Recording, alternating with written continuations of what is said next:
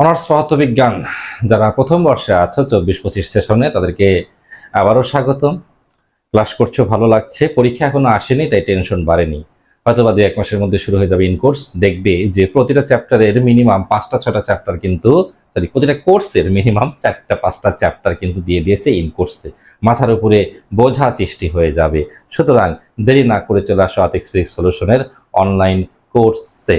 এখানে কিন্তু ইন কোর্সের প্রিপারেশনটা আগায় রাখতে কিন্তু প্রতিটা কোর্সের কিন্তু 4-5টা চ্যাপ্টার করে আগে শেষ করা হয়, যাতে ইন কোর্সটা তুমি ভালো দিতে পারো, যে কলেজেই পড়ো না কেন। কারণ ইন কোর্সে ভালো না করলে কিন্তু ভালো সিজিপিএ উত্তোলন সম্ভব নয়। কি বললাম? ভালো সিজিপিএ উত্তোলন সম্ভব নয়। তাই মেজর 3টি কোর্সের ইন কোর্সের মেজর 3টি কোর্সের ইন কোর্স পরীক্ষা খুবই কিন্তু গুরুত্বপূর্ণ। সব কোর্সের ইন কোর্স পরীক্ষা খুবই গুরুত্বপূর্ণ।